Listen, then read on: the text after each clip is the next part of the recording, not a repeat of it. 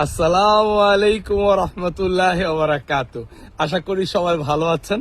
চমৎকার একটা জিনিস শিখবো আজকে। আমরা জানি পেয়ার, পেয়ার মানে জন্য, পেয়ার মানে জন্য।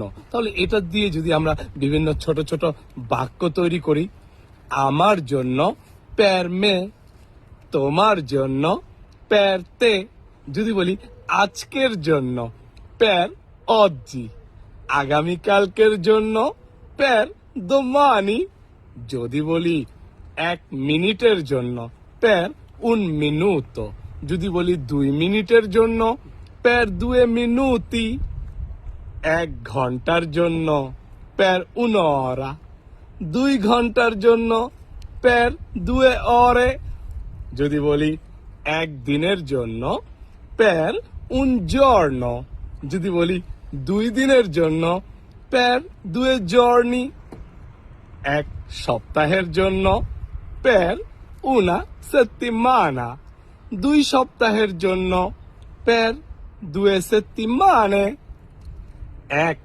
মাসের জন্য পের un mese, যদি বলি 2 মাসের জন্য পের 2 mesi, 1 বছরের জন্য পের un anno, যদি বলি 2 বছরের জন্য পের 2 anni।